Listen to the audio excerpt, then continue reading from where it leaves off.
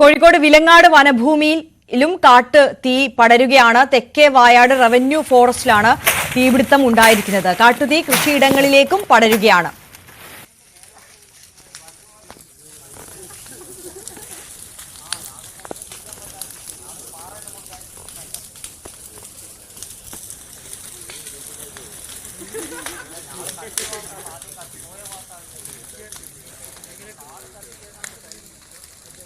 നേരത്തെ കൊല്ലം കുളത്തൂപ്പുഴ എസ്റ്റേറ്റിൽ തീപിടുത്തം ഉണ്ടായതുപോലെ സമാനമായ സാഹചര്യം തന്നെയാണ് കോഴിക്കോട് വിലങ്ങാട് വനഭൂമിയിലും നിലനിൽക്കുന്നത്. ഇവിടെ കാട്ടുതീ പടർന്നു പിടിച്ചുകൊണ്ടിരിക്കുകയാണ്. തെക്കേ വായാട് റവന്യൂ ഫോറസ്റ്റിലാണ് കാട്ടുതീ പിടുത്തം ഉണ്ടായിരിക്കുന്നത്. കാട്ടുതീ കൃഷിയിടങ്ങളിലേക്കും പടരുന്നു. അത്തരത്തിൽ കൃഷിനാശം കൂടി ഉണ്ടായിട്ടുണ്ട്.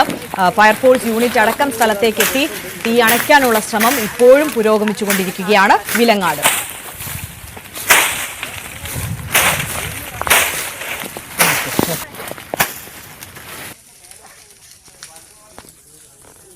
ഇന്ന് വൈകുന്നേരം 5 മണിയോട് കൂടിയിട്ടാണ് തീപിടുത്തം ഉണ്ടായത്. തീ മറ്റിടങ്ങളിലേക്കും പടരുന്നത് നാട്ടുകാർക്ക് വലിയ ആശങ്ക ഉണ്ടാക്കുന്നുണ്ട്.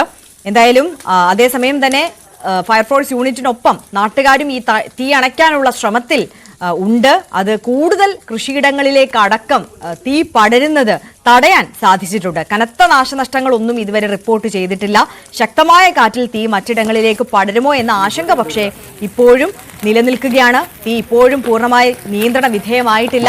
തീ അണയ്ക്കാനുള്ള ശ്രമം നാട്ടുകാരുടെയും ഫയർഫോഴ്സിന്റെയും നേതൃത്വത്തിൽ തുടർന്നുകൊണ്ടിരിക്കുകയാണ് വിലങ്ങാട്.